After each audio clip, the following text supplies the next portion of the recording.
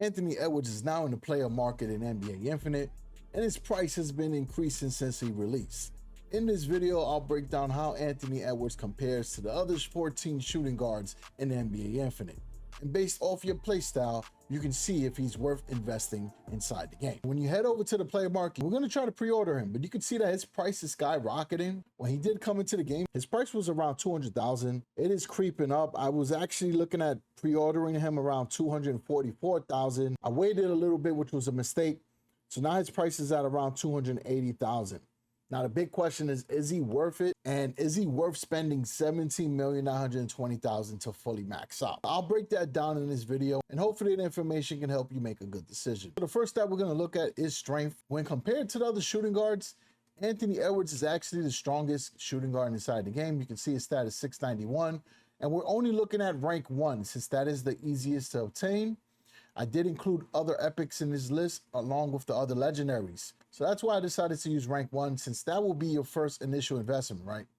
So 691, if you look at some of the other shooting guards, you got Klay Thompson at 683, Marcus Smart at 642, James Harden at 581, and then Donovan Mitchell at 573. So those are the 5 strongest shooting guards in the game. Now, when looking at speed, the fastest shooting guard is Donovan Mitchell. And if you go all the way down the list, you see that Anthony Edwards is not one of the fastest players inside the game. He has a 600 speed. Now, as far as the top 5, it will be Donovan Mitchell, Jrue Holiday, Devin Booker, Paul George, and Jalen Green. So I know that we are only focusing on Anthony Edwards, but I might as well give you the other stats at the same time. Now, here goes the stat I know a lot of y'all care about. It's a 3-point shot. Anthony Edwards, which was a bit surprising, is one of the worst 3-point shooting players inside the game. I think his stats were calculated before the NBA playoffs and quite possibly before the season. I'm surprised that he has a 478, which makes him one of the worst. The top 5 will be James Harden, Klay Thompson, Devin Booker, Jrue Holiday, and Paul George. I encourage you to still watch the rest of the video. Anthony Edwards excels in a lot of other categories, but you just got to disregard the shooting stats. You can also see for mid-range, he is not one of the top mid-range shooters either. He ranks at the bottom of the pile, and he only has higher mid-range than Marcus Smart, Eric Gordon, and Victor Oladipo.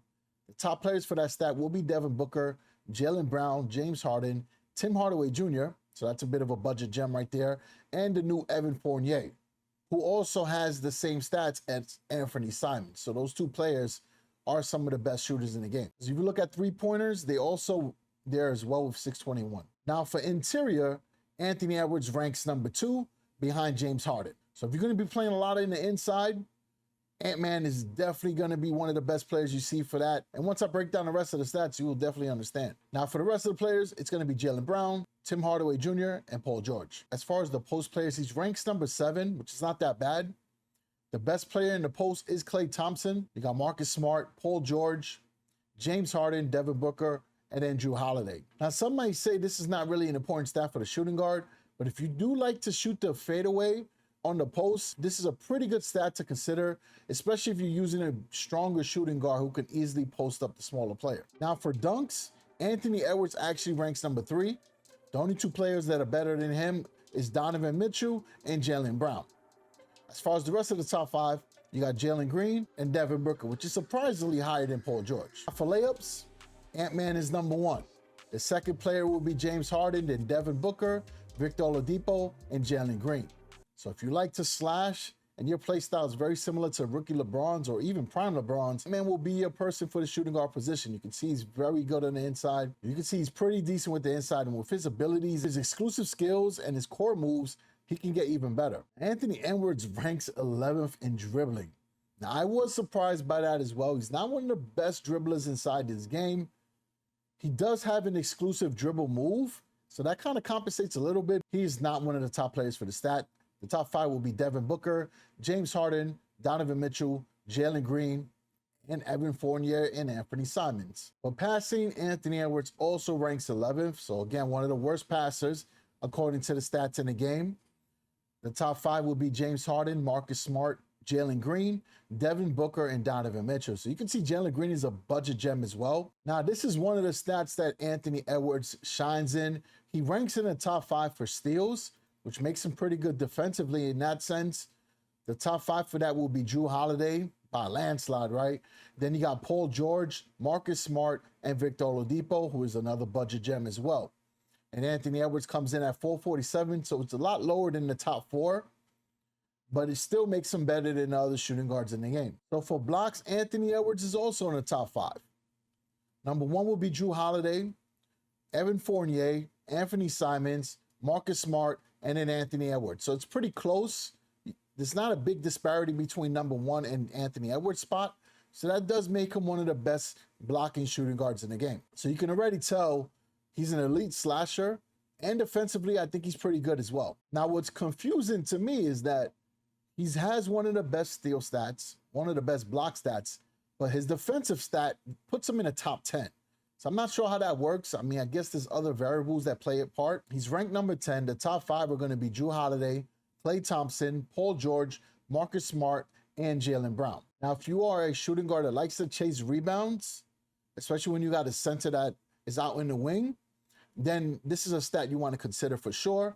And this is where Ant-Man, I think, is one of the best. He ranks top 3 as far as rebounds, right? Paul George is number 1, but you can see there's not a big difference between 1 and 3. Number 2 is James Harden. Number 4 is Jaylen Brown. And number 5 is Devin Booker. If you looked at all the stats combined inside the game, then Anthony Edwards is very close to being a top 5 shooting guard. You can see the difference between him and Jaylen Brown. It's very close. When it comes down to making this decision, of course, you're going to consider the gameplay, your play style, and the price point of the 2 players. Paul George will always be elite because he's so good defensively. Same thing with Jrue Holiday. James Harden and Devin Booker are legendary, so they're supposed to be better than the Epics. But the fact that Jrue Holiday is even in this conversation just shows how good of an epic card he is. Paul George is, to me, one of the best budget-friendly cards in the game. And then Jaylen Brown, if you had to pick between him and Anthony Edwards, there's a big price difference, and I'll show you. Anthony Edwards right now is going for $280,000, but that price is going to go up by the time you're watching the video. I can see Ant-Man going up to like maybe $320, $340 pretty soon. You look at Jaylen Brown, who's another player that's pretty tough to get in the game. His pre-order price right now is $920,000. So you do the math. It's not that difficult to figure out. Anthony Edwards is very similar to Jaylen Brown.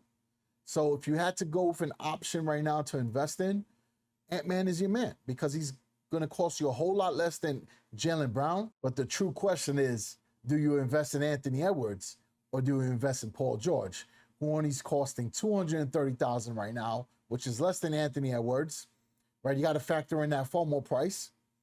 And then Jrue Holiday, who is $385,000, who personally I think is better than Paul George and Anthony Edwards. You guys decide. It all comes down to your play style. Ant-Man is definitely the elite slasher out of the group. He's an incredible dunker. He has exclusive abilities and skills that make him an even better dunker as well. Pro dunker, poster printer, strong finisher, plus his exclusive skill leader of the pack, which gives him the exclusive between the leg dribble. That can help boost his mid-range, dribble attributes, block resistance, and shot contest resistance, along with the movement speed. So Ant-Man, when used the right way, could be even better than what his stats show. So technically, he could be higher than top 5 if you're able to rank him up and take advantage of his exclusive skills. So I hope that this breakdown of Anthony Edwards was helpful. Let me know in the comments if you want to see another player being showcased. As always, I appreciate the support. I'll catch you on the next one. Stay ballin'.